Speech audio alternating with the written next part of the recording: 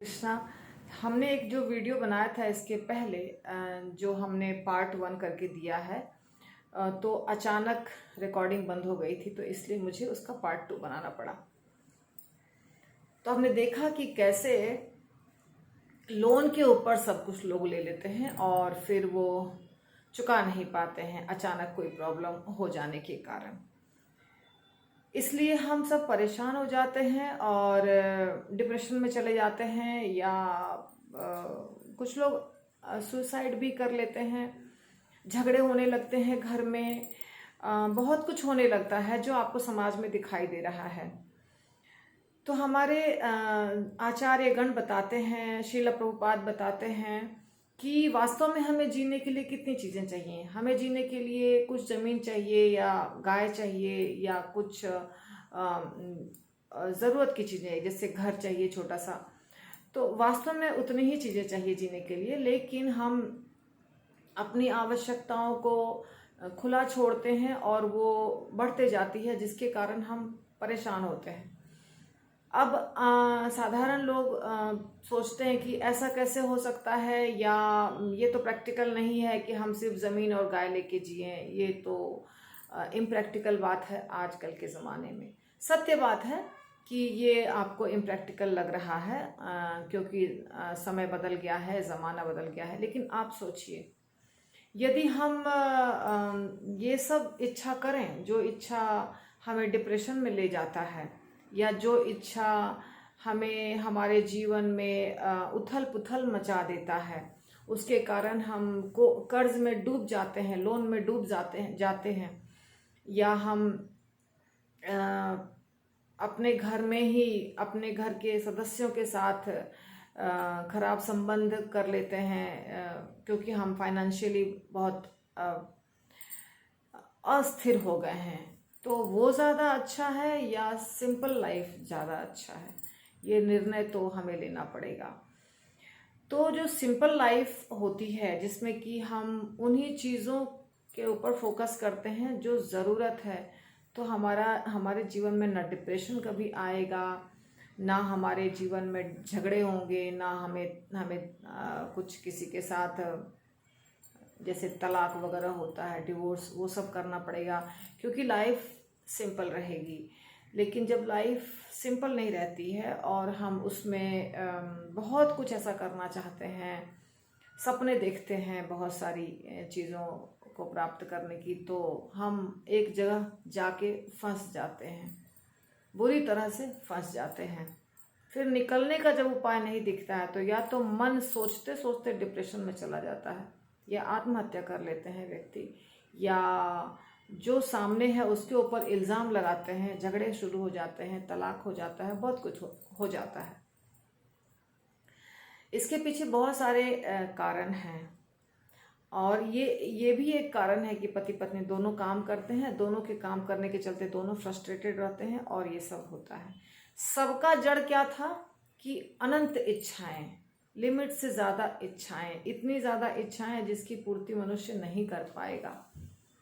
साधारण छोटा सा जीवन है, उसमें लिमिटेड सोर्स ऑफ इनकम है, इच्छा पूरी नहीं हो सकती है। हर चीज़ हम चाहेंगे तो ये संभव नहीं है। तो इसके चलते हमें सोचना पड़ेगा कि हम कहाँ थोड़ा ज़्यादा कर रहे हैं, कहाँ जा रहे हैं। अब देखिए, हम जीने का 2 तरीका अपना सकते हैं। एक तरीका वो जिसमें हम अपने से ज़्यादा रिच लोगों को देखते हैं, अपने से ज़्यादा अमीर लोगों को देखते हैं, अपने से ज़्यादा क्वालिफाइड को देखते हैं, अपने से ज़्यादा ऐश्वर्यवान को देखते हैं, और उसको देख देख करके हम उस कंपटीशन में प्राप्त करने की इच्छा में हम बहुत दौड़ भाग लगाते हैं और फंसते हैं। और दूसरा, हम अपने से छोटे को देखें। जैसे आपके पास हो सकता है सुंदर शरीर हो, अच्छा शरीर हो, स्वस्थ शरीर हो, और घर में खाने की पीने की चीज़ें भी हो, एक छोटा सा घर भी हो, और बच्चे भी हों। ये सब बहुत लोगों के पास होता है, पर जिनके पास होता है वही परेशान भी रहते हैं। पर अगर आप समाज में देखेंगे तो आपको ऐसे बहुत सारे लोग दिखाई देंगे जो हैंडीकैप्ड हैं, मेंटली रिटार्टेड हैं, या जिनके सिर के ऊपर बहुत जिम्मेदारियां हैं, एक घर भी नहीं है अपना, वो भी भाड़े का है, या कमाने वाला घर में एक है और सदस्य बहुत ज़्यादा हैं, तो ऐसे लोगों से तो ज़्यादा हम बेटर कंडीशन में हैं। यदि आपको सब कुछ थोड़ा थोड़ा मिल रहा है तो क्यों ना हम ऐसे लोगों को देखें और सोचें कि भगवान ने हमें सब कुछ ठीक दिया है, हमें भगवान ने अच्छा शरीर भी दिया है, हमें भगवान ने खाने के लिए भी दिया, हमें भगवान ने माँ बाप भी दिया है, पति पत्नी बच्चे भी दिए हैं, और हम पढ़ाई भी कर पाए, हमें माँ बाप ने हमें पढ़ाई लिखाई करवा दिया।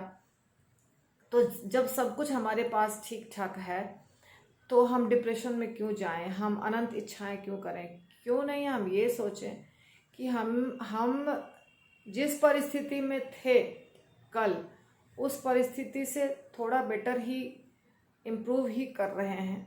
ऐसा सोच करके यदि हम जिए, कैसे इम्प्रूव कर सकते हैं उसके लिए मेहनत करें। आप ये चीज़ किसी भी लाइन में कर सकते हैं, जैसे आप पढ़ाई लिखाई में, नौकरी में, या भक्ति में। भक्ति में भी बहुत कंपटीशन होता है कि वो भक्त बहुत ज़्यादा फेमस है, वो भक्त उसके फॉलोअर्स बहुत ज़्यादा हैं, या वो मैनेजमेंट में बहुत अच्छा है। तो ऐसा कंपटीशन करना ठीक नहीं है। हमें ये देखना है कि हम कल कैसे थे, हम परसों कैसे थे, हमारा बचपन कैसा था, उससे बेटर हम हुए कि नहीं, और उससे बेटर होने के लिए हमको खुद ही प्रयत्न करना चाहिए। कोई करके नहीं देगा, खुद हमें कमाने की भी कोशिश करनी चाहिए, पढ़ने की भी कोशिश करनी चाहिए, अपने शरीर को अच्छा रखने के लिए स्वास्थ्य का भी ध्यान रखना चाहिए। और बेईमानी करना, झूठ बोलना, ठगना, प्रपंच करना, ये सब रास्ता अपनाएंगे तो कभी न कभी, कहीं न कहीं मुसीबत आएगी ही, क्योंकि ये गलत रास्ता है। तो सही तरीके से यदि हम जिए तो हम इन सारी समस्याओं से बच जाएंगे।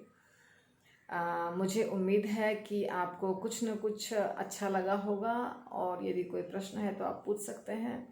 यदि वीडियो अच्छा लगता है तो इसको आप लाइक भी कर दीजिए, और दूसरे दोस्तों और फैमिली मेम्बर्स को शेयर कर दीजिए। यदि नहीं सब्सक्राइब किए हैं तो सब्सक्राइब कर दीजिए। पूरा वीडियो देखिए तो ही सब बात आपको समझ में आएगी। हरि बोल।